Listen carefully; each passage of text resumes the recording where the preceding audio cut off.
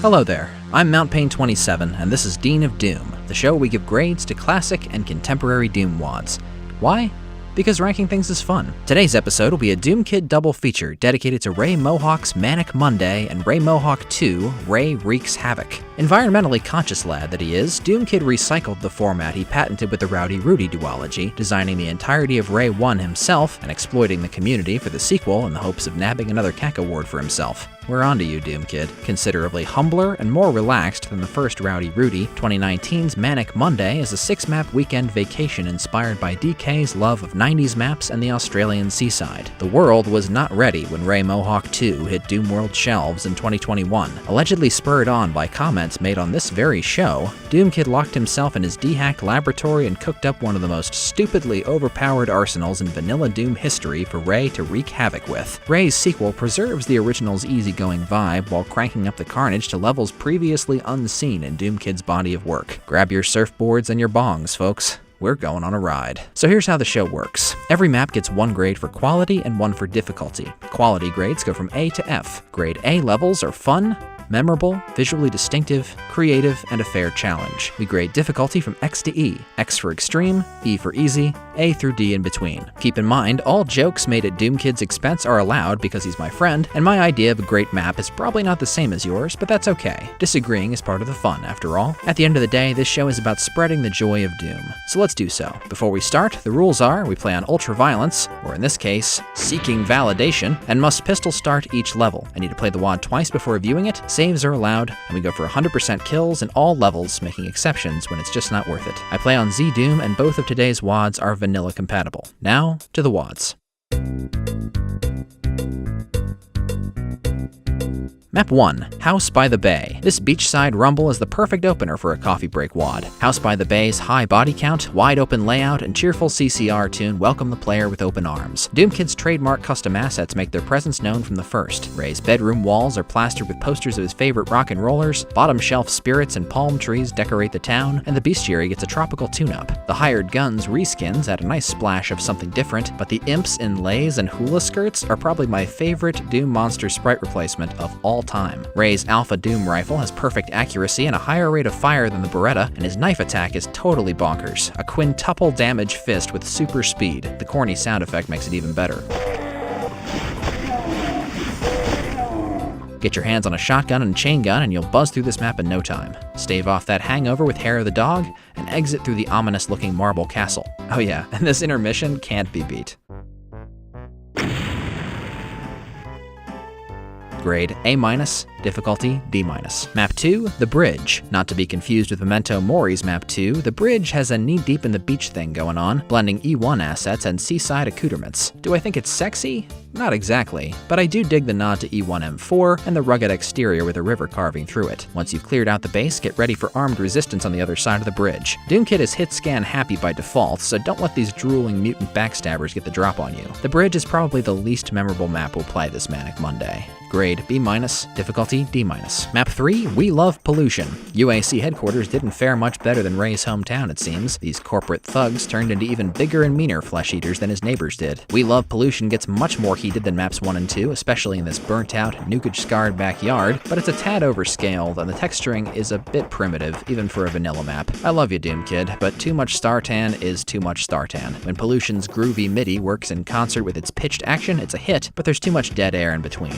Grade C+, difficulty D+. Footnote, I just realized that this is the only Doomkid wad I've played where the Cacodemons don't shoot Hell Knight fireballs. Map 4, Little Oasis. Sharp-edged but enjoyable, Little Oasis is most notable for its use of the classic royalty-free 80s tune Strut Like King Tut and this friendly Archvile NPC at the start. He only becomes a threat if you decide not to whittle him down before pressing this button in the canal. I think the big brain move would have been to knife him, but hindsight is 2020. Little Oasis is short on health and ammo, so you'll have to use infighting and aim carefully even after gulping down the Bombay Gin Sphere. This hallway full of imps, pinkies, revenants, and mercenaries is especially treacherous if you don't wait for the goons in the water to cut each other down. Once again, Doomkid's aesthetics are simple but effective, and I appreciate expect a gear change combat-wise. Grade B, difficulty C-. Map 5, Big Room Full of Baddies. Big Room Full of Baddies has all the swagger and assurance of the beat laid down by the brothers Doobie. Once again, the set decoration worships John Romero, but the gameplay is pure Doomkid. This place is crawling with gun-toting freaks and punctuated with vicious ambushes. Thankfully, you're given a super shoddy and plasma rifle to compensate for the increased amperage. It's cathartic to finally tee off on Hellspawn with heavy artillery. Now, I've ribbed Doomkid in private many a time for his compulsion to teleport monsters behind you whenever you open a door, but 5 chain gunners at once? Come on, man.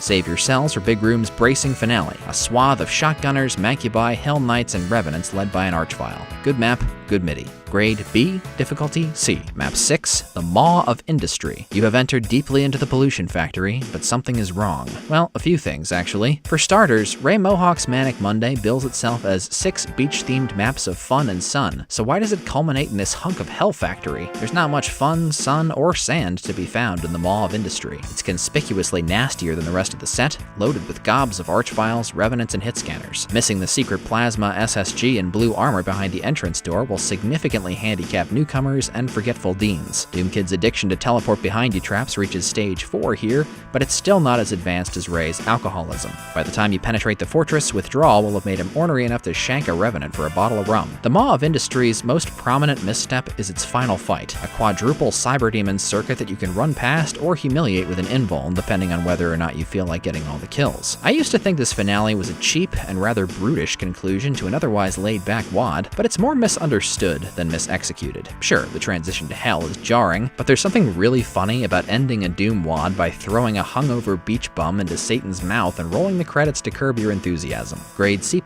difficulty B. So, I imagine Ray Mohawk's Manic Monday was even more fun to make than it was to play. These 6 maps showcase Doomkid in his element. They're spacious, relaxed, exciting, and set to a killer EP of midis. Ray doesn't reinvent the wheel, but it's perfect for unwinding with an hour of Doom whether or not you're seeking validation. My final grade for Ray Mohawk's Manic Monday is a B. Difficulty-wise, it's a pushover, especially if you're going in with foreknowledge, so we'll give it a D+.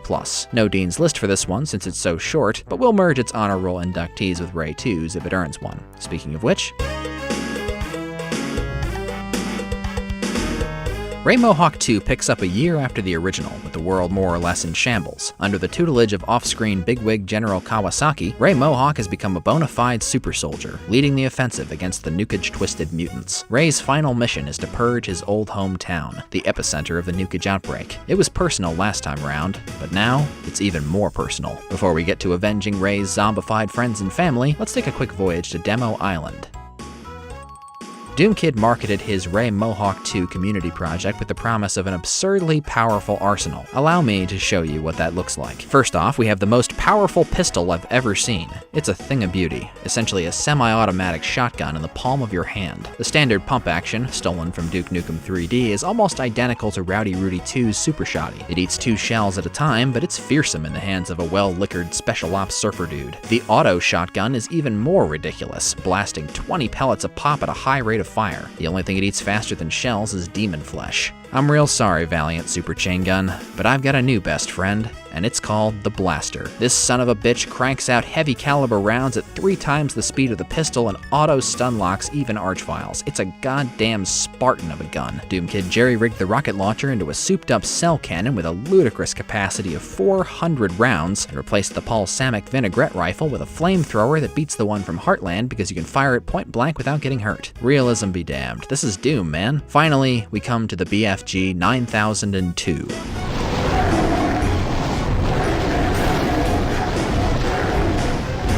Yeah, enough said. Footnote, not that he has to be with those guns, but Ray's still a surgeon with a knife, and these zappy heretic gauntlets replace the chainsaw, but you won't see me use them much. What could possibly stand up to such an outlandish set of weapons?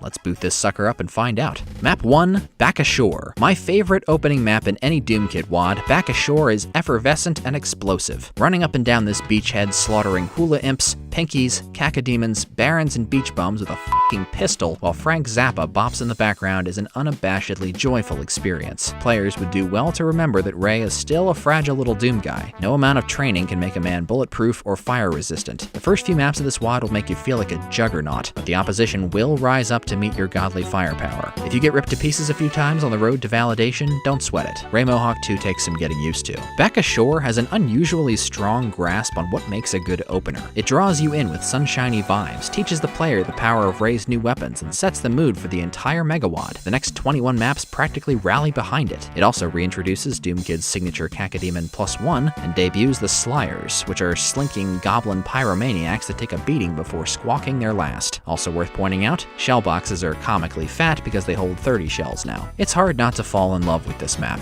Back Ashore packs more cheer into 10 minutes than Ray Mohawk 1 did in 6 levels, and that's saying something. Grade A, difficulty C-. Map 2, Ossuary of the Hula Imps. 5 words I'm willing to bet no one before Midnight Mage strung together. If Back Ashore was a shooting gallery for your super sidearm, Ossuary of the Hula Imps is a playground for your berserk knife. When you're roided up, this thing is disgusting. I'm talking automatic one-hit kills on everything weaker than a Revenant, with strong odds of 2-hitting everything from Barons on down. If you told me a year ago that I'd find a WOD where killing Archviles with a knife and pistol is not only doable but encouraged, I would have laughed in your face.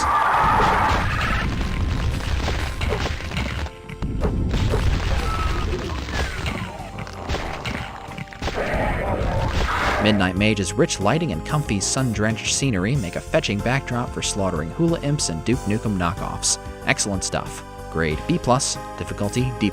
Map 3, Beachside Bookworms. It took me till playthrough 4, but I finally figured out how to start this map off right. Through the pair of doors straight ahead is the first cell cannon of the Megawad, so make a beeline for it, sling blue death at some of the baddies outside, hoof it for the teleporter, and pummel the Archvile with your remaining charges. Consider this Doomkid's latest lesson in havoc wreaking. Tentative play will only whittle down your health and kill the vibe. Beachside Bookworms is every bit as colorful as the opener, though I will say the interior fights don't run and gun so well. On the bright side, I discovered that the Heretic Gauntlets are actually useful in a pinch. I wouldn't test them against a lot of enemies at once, but they'll fry almost any single enemy you can latch onto. With all 3 keys, you can liquefy the Exit Guardians and blow this popsicle stand. Grade B+, difficulty C-. Map 4, Surfs Up in Nuketown. Cheese Wheel knocks it out of the park with this rip-roaring sandbox map. What? That's what it is! Doomkid's teammates always seem to intuitively pick up the vibe of his community projects, but Cheese Wheel has an almost uncanny understanding of what Ray Mohawk is all about. The flocks of foes, constant movement, and ramshackle coastal venues spritzed with cutesy realism all remind me of Doomkid's best work. Nuketown is all about the cell cannon. At this point, players should start to realize just how insane this thing's capacity is, and they may have to learn the hard way that little blue diamonds now have all the properties of regular rockets. This is also the point in my Ray Mohawk 2 playthrough where I have to remind my left hand that the cell cannon is mapped to the 5 key, not 6. Make sure you hang on to some cells with the red and blue key traps. The Hell Knight and Revenant round is especially frenetic. With all keys in hand, you can grab a board and ride a wave on out of town. Grade A-, difficulty C. Map 5, 11 Holidays, Silver Miner. That name looks familiar. How's it going, everybody? This is Doomkid. Today I'm just here to play Plutonia 3. Author, Silver Miner. Oh. God, this is so... It's not terrible, but this is so mediocre. It's good to see that there's no bad blood between the author of Plutonia 3 and the guy who helped make it a Doom meme. 11 Holidays vastly improves upon Silver Miner's juvenilia. His chiseled oceanside quarry looks sharp for vanilla, and these tunnels are the perfect environment to showcase the auto shotgun. The ASG is a bit of an acquired taste, since taking your finger off the trigger forces a long pause to reload, but its stopping power is undeniable. 11 Holidays is the shortest map in the Megawad, but it's roundly satisfying and fun to replay. Grade B, difficulty C+. Map 6, Hidden Ship in Pirates Cove. A real showstopper from the veteran Ubergeweih, Hidden Ship in Pirates Cove is a grand adventure that winds its way through demon-infested inlets, sea caves, and ancient ruins. It's the longest level yet by a mile. Even with a shiny new blaster in your paws, cutting down 400 demons is no small errand. Joining the cast is the bleached blue Cyber Demon, who will prove a fearful adversary. This tuned-up Tower of Terror now launches 2 volleys of rockets in triplets. The upside is you can demolish him in seconds with concentrated blaster fire.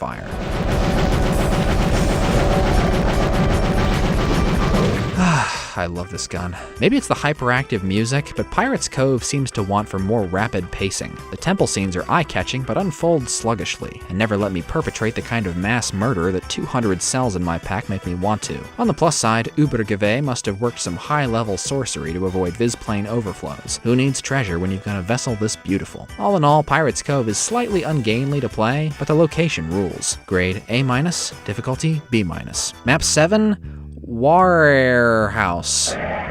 No such thing as a bad pun on this show, folks. Surprisingly enough, this half-sunken city shootout is the easiest map in the set. The opposition, mostly composed of pinkies, imps, and posers with pistols, will die whimpering before the onslaught of your ASG. A few Archviles will try to get the limbo going again shortly after you raise the elevator to the red key, but as you've already seen, Archviles ain't what they used to be in this megawad. I like this map's rugged texturing, and Walter Confalonieri makes strong use of vertical space, but the backtracking near the end brings the action to a standstill. Grade B-, difficulty D. Map 8, Chocolate Island. Chocolate Island chafes against Ray Mohawk 2's inclination towards relaxation. Egg Boy's monster placement hits you where it hurts. Mancubi, Revenants, and Slyers will grind you down from their perches while herds of imps and Hell Knights try to block you en route to a weapon. Berserk is a blessing here because it lets you poke stuff to death rather than burn blaster ammo. You'll want to save that. I accidentally ignored the cell cannon until late in this playthrough, so don't be put off by how difficult I'm making this look. Chocolate Island is tough, but not vicious, until the ending. I'm really not a fan of this Christmas bullfight. The blaster outperforms the auto shotty, and the Archvile intrusion is kinda mean. Chocolate Island isn't a bad map, but its lack of chill makes it feel unfitting for Ray. Grade C+, difficulty B. Map 9, Temple del Sol. This mid-megawad mustachio magnum opus goes big in every category and empties my gas tank. It's got the third highest monster count in Ray Mohawk 2, 10 secrets, epic acreage, and a stunning 573 bottles of booze, almost enough for John Bonham's breakfast. With all due respect to Mustachio's grand vision, his map is hard work to get through. It's just huge room after huge room full of monsters interspersed with tons of secrets you'll probably blunder into by accident. This secluded sailboat beach is the only worthwhile optional area that I found. Mustachio doles out invulnerabilities for all the scary looking fights, and I can't tell if he threw in the towel on balancing them or if he just wanted to make explode with no consequences. Either way, I think the trick gets old by the final room, which doesn't give you quite enough god mode to tackle Platinum Sybe, 4 Archviles, and the rest of the hoi polloi in one go. I think Temple del Sol could have used some quality over quantity control, but I can see more patient players really enjoying this one. Grade C+, difficulty B. Map 10, Kailua Atoll, in which Ray Mohawk gets his money's worth out of those shades. Kailua Atoll takes its name from the Hawaiian verb to cook in an oven, and essentially exists to show off the devastating power of Ray's Weapon 6, the flamethrower. It's more or less a short-range plasma rifle that does triple damage and has its own dedicated ammo supply. It does have the side effect of partially blinding the user, especially when used point blank, and it eats ammunition like a son of a bitch. Kailua Atoll is a mostly enjoyable Demon Hibachi show, but the invisible barriers between buoys and lack of explorable terrain make the map a bit of a cattle chute too. DFF makes the secret invuln at the end so obvious that he practically hands it to you, which I suppose is a good thing because the final fight is considerably sweatier than the 2 rounds of barbecuing that precede it.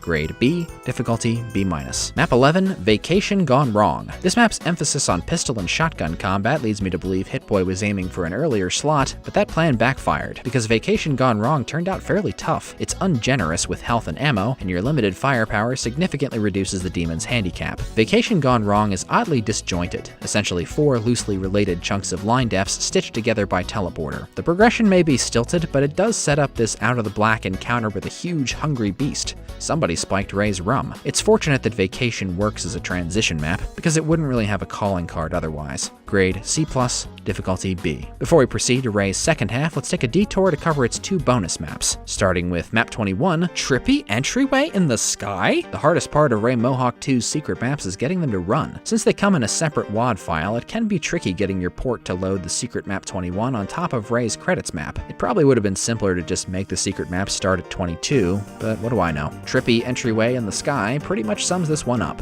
Phil Nemba leans heavily on Slyors and doesn't give out a ton of health, but thankfully his hardest fight is optional. Use your Doom 2 knowledge to open the courtyard with the rocket launcher and prepare for a Revenant Cyberdemon 1-2 punch. This MIDI fits like a glove. It's a strange mix of melancholic and happy-go-lucky, which is the same effect you get when you mix a hellish entryway with hula imps. Ooh, I'm tempted to offer a punny alternate title. Doom Guy's not gonna like it, but phooey on him. Entry Ray. Yes? No? Okay, never mind. Grade, C+, difficulty, C+. Map 22, The Man with the Mohawk. Grandiose and uneven, The Man with the Mohawk boasts the highest monster count in the Megawad and plays like a self-contained adventure within the Mohawk universe. Even if it didn't exceed vanilla parameters, it would have been a good idea to place this one outside of the regular map order. Picata Mizamiz takes the player on a long tour through beaches, forgotten temples, mine shafts, science labs, tiki bars, aircraft hangars, caverns, admin offices, and bathrooms. The Man with the Mohawk is a kitchen sink map with no awareness of its excess. I appreciate Picato's Doom-cute details like this stick man being split with a laser beam and this tucked-in teddy bear, but seeing them in the same map is more than a little jarring. Not to mention, these granular details stick out like a sore thumb next to the rest of the map. Picato's fights are generally bloated, but a few of them are flat out bad. This hit scanner ambush on the way out of the red key wing is really easy to exploit, and the final showdown is incredibly frustrating. The challenge here derives solely from the swarm of cacos and lost souls creating invisible, impassable barriers around you while you dodge 4 converging super cyber demons. At the end of an already cumbersome map, it feels like a kick in the gut. Having played some of his newer maps, I know Picata Mizamiz has great potential, but he's still ironing out the kinks here. Grade C, difficulty A-.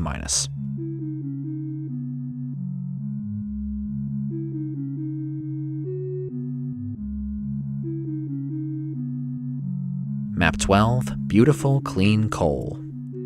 If you listen closely, you can hear Doomkid cracking his knuckles over the ominous opening notes of Zed Leppelin's copyright-free classic, No Nickel. Allow me to re-up on the warning I issued in Map 1. Ray Mohawk is still a fragile little Doom guy, and by this point, the demons have had enough of being kicked around. This is by far the hardest map in the Megawads so far, and possibly the toughest Doomkid map I've played. DK brings the heat right from the get-go. Fistfuls of hit scan, double scoops of cacos, barons, and virtually every Doom 2 monster, including 15 archviles, and marauding bleached blue cybers will dogpile and backstab you at every turn. Son of a bitch, again with that! Beautiful Clean Coal's twilight atmosphere and ravaged industrial visuals are some of the best I've ever seen from the kid. This pitch-dark, hell-twisted mine is downright intimidating. With the red key in hand, ride this lift up for an invul, which sets up one of the bloodiest rampages in the WOD so far.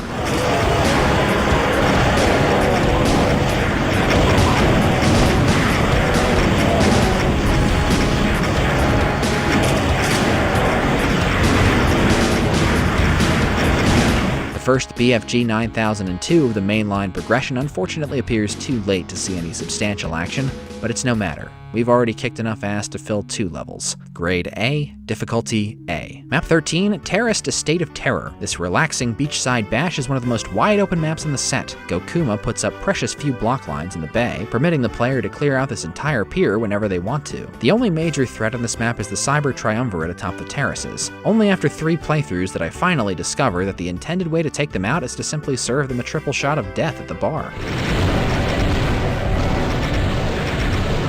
The BFG's presence is likely the only reason this map was placed so late. Still, it's a pleasant breather aided by a dreamy Kinks tune. Grade B-, difficulty C+. Map 14, Lose Yourself to Dance. A sort of theme park and resort from hell, Lose Yourself to Dance had a low rating on TripAdvisor, but I pulled the trigger anyway because I couldn't find a better price. I wouldn't say this is a hard map, but it's definitely frustrating. The drably drawn boat ride is repetitive, choking on archviles and capped off with a needless pitch-dark corridor full of specters. The platforming sections are tedious and 100% unnecessary, and this cyber demon fight, dear god. This room made me quit one of Ray Mohawk's beta versions outright. The Cyb's sweeping firing pattern makes it damn near impossible to avoid eating blue when they're all shooting at once. I only succeeded here because one of them spent the whole fight diddling himself. In Sluggard's defense, the bleached cyber's new attack is partially to blame, but making the player fight 4 of them at once over a poison pit with no cover is a bit too much. Suffice to say, I'd rather lose myself to something else. Grade D, difficulty B+. Map 15, Crowded House. I'll tell you what, a kill count over 800 this late in a WOD like Ray Mohawk 2 is a hard sell, but Need Health got me to sign on the line which is dotted. Crowded House chains together a super combo of delicious fights through a brownstone island complex. It's balanced beautifully for the blaster and auto shotty, letting you revel in their raw power without letting you get too cocky. True to its name, Crowded House is one of the densest maps in the set. Even the big throwdown in the waterlogged caldera will have you elbowing past lost souls, revenants, mancubi, and scuba dudes. Crowded House's visuals are a bit utilitarian utilitarian for my liking, but its MIDI pulls more than its weight in the way of atmosphere. Doomkid apparently picked it out when Need Health submitted his map with no custom MIDI, and boy was that lucky. REM's midified, shiny happy copyright infringement is the latest addition to the list of great tunes Doom has introduced me to.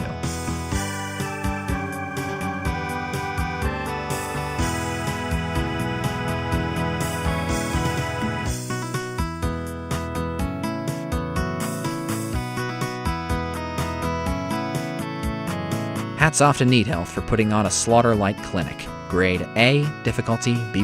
Map 16, Peer Pressure. Peer Pressure is chaotic, overwhelming, and an excellent pun.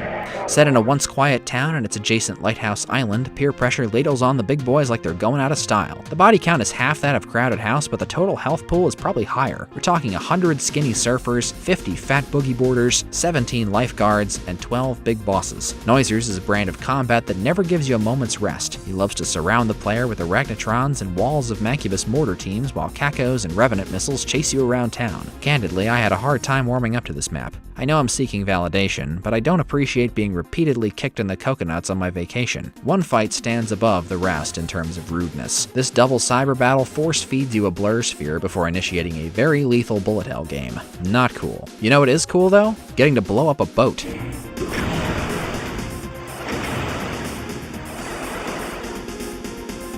With a BFG and secret invuln, you can mostly wrangle the hubbub at the end, but Noiser doesn't hand it to you on a silver platter. Stay frosty, Marine. It's not gonna get easier from here. Grade B+, difficulty A. Map 17, Poster Boy of Mayhem.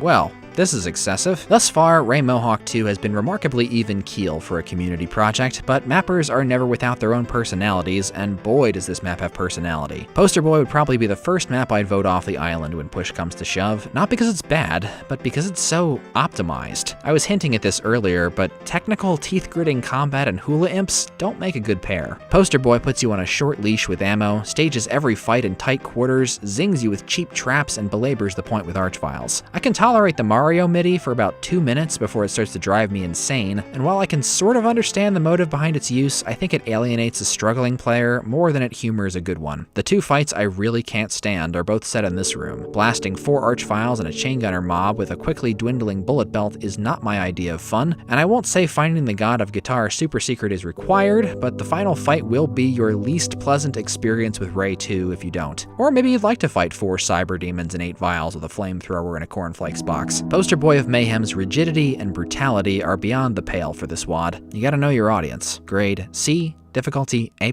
Map 18, Mallrats. The only thing hotter than this map's summer sales event is the arcing blaze of Ray's motherfucking flamethrower. Mallrats goes from 0 to all-out war faster than you can say ouch face, so check the second loading bay for a secret switch, dig an invuln out of the truck, and tear a path through the demon-choked outlets before time runs out. Nimble traversal of the circuit and aggressive paranoia will serve you well against the flash-fill ambushes, flanking archviles, and Cyber Monday shoppers. That joke doesn't make any sense. Mallrats is a real I can't believe it's not limit removing moment. DFF slathers the environment with fun Doomkid decorations like benches, plants, shop fronts, desktop computers, cash registers, and a fountain. More than any other mapper in the project, he succeeds at marrying functionality with aesthetic excellence, and it helps that his choice of setting fills a niche in the beachside theme of the WOD. If you don't jump into it with both feet, the finale in the warehouse might grind your gears a bit. I just let all the monsters out at once, corral the cybers in the center, and potshot them with a flamethrower. No guts, no glory. Mallrats is one of Ray 2's standouts, and a home run for DFF. Grade A, difficulty A. Map 19, Arch Violend.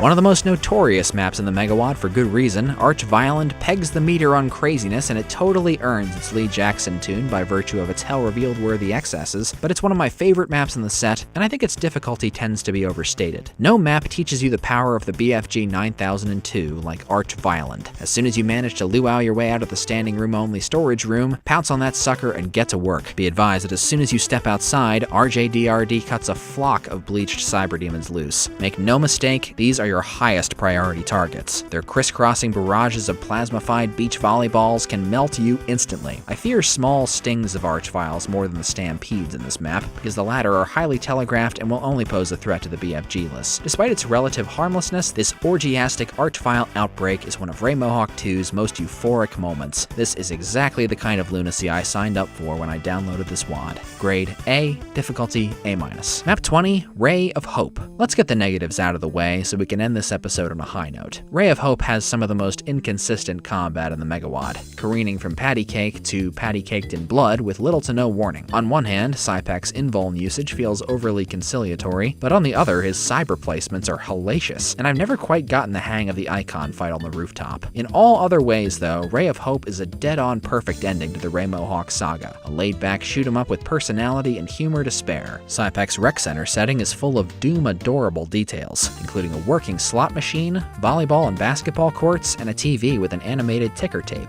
Ray of Hope also deviates from the generic icon of sin ending, with Sypek giving the old demon-spitting wall texture a facelift and a skinny body that you can dive headlong into. Shoot through his innards and exit through the back door, and your mission is complete. Whether Sypek knows it or not, he was one of Doomkid's earliest fans, and his encouragement helped to sustain DK through many years of lukewarm and cynical reception. I think we're all very glad that he persevered. Grade A-, difficulty A-. So, Doomkid and his merry band captured an unprecedented level of cheer in Ray Mohawk 2, and I can hardly believe how well it coalesces for being a community project. The gameplay changes take some acclimating to, but as my friend Doomkid likes to say, sometimes a thing has gotta be just a little bit ugly for it to be truly beautiful. With a lineup of perfect maps, unlimited detailing, and fewer chain gunners teleporting behind you, Ray Mohawk 2 just wouldn't be as good. As of now, this is my favorite of Doomkid's projects, but I hope another hero with attitude replaces Ray someday, if only because it'll mean Doomkid's still going. My final grade for Ray Mohawk 2, Ray Wreaks Havoc, is an A. This is a bit of a weird one on the difficulty scale because of how much the gameplay departs from Doom's standard, but we'll go with a B+, a cut above Rudy 2, with an added plus for the time it takes to get used to that absurd arsenal. Now for my Dean's List. Picking these was nearly impossible due to my massive conflict of interests, so I'm handing out 2 valedictorians and 2 salutatorians to disperse my own bias a bit. Valedictorian is a tie between Map 1, Back Ashore, and Map 18, Mallrats. Salutatorian is a tie between Map 12, Beautiful Clean Coal, and Map 15, Crowded House. Class President, Map 17, Poster Boy of Mayhem, and the dunce cap goes to Map 14, Lose Yourself to Dance. We have a very short honor roll for Rays 1 and 2, here it is. Map 1, House by the Bay from Ray Mohawk's Manic Monday. Map 4, Surfs Up in Nuketown. Map 6, Hidden Ship in Pirates Cove. Map 19, Arch-Violent, and Map 20, Ray of Hope. Thank you very much for watching, and please feel free to share your thoughts in the WAD down below. I'd love to hear what you think, and I'll heart your comments to let you know I've read them. Now, I'd like to take a moment to acknowledge my generous patrons: Aaron Allen, Agile Jackson, Agu XYZ, Alephany, Alex Topfer, Artisan Talzar, Bo Higginbotham, Beatbeard, Ben Barrett, Big Cy and his trusty Glock, Big Pash Plays, Birdburn, Blexor, Buildersith, Bitefire, Capabitch, Cheese Wheel, Chris Duthat, Chris O'Neill, Christophine Place, Cutman Mike, Damo, Dan, Dario Romero, Delirium, Doomkid, Doot Yourself, Dorothy Miller, Dustin Rush, Eggboy, Emeljan, Emma Essex, Endless Moose, Felix Wilson, Francis T218, Glenn Marmon, Goody, Griffin Upchurch, Hyaksho, In Captivity, Jeff Hibbert, Jeff Sharilla, Jose Ballestero, Josh Ballard, Jude, Just Some Schmuck, Just Great 98, Camille Bernadotte, Killplane, Quan, Large Cat, Leon Staten, Lexi, Logan Lazalda, Lucrenth, Lumnal, Mark Rowland, Master Drew 117, Matthew Carson, Matthew Gower, McJimbles, Michael Akins, Mike OTR, Miracle Water, Mixer, MK 2021, Moko Mothman MM47, Mozicon, Mr. Bob Cyndaquil, Myolden, Nafferty, Neurometry, Nick XCOM, Knights 108, Number 26, Not Obelisk, NX Avery, Omnibot, Painful Hill 72, Pengerzan, Pezaveng Jaj, Phantom Puff, Philip Coffey, Pyro She, Quibs, Red Doomed Earth, Reese Anderson, Richard Fry, Roadworks, Robbie Lyons, Rune, Sega Monkey, Sean Grant, Sid Menon, Sir Lethbridge Doomer, Smole Venom, Snacker Fork, Some Spoony Bard, Spectier, Spinner 8, Stonemason, Stupid Nick, Sunriser, Super Pecan Man, Sylvester Priss, Tara Kushino, That Guy Known as Will, The Fiery Charmeleon, The Dinosaur Heretic, The Freeman 500, The Sapphire Try, TJG 1289, Trilby Trillion, Turbine 2K5, Ultra Cow, Why Bimo Not a Crab, William Huber, and Wankashak. Thank you. You're a patient lot, and I appreciate you all very much. This is Mount Pain 27, and I'll see you in the next episode of Dean of Doom.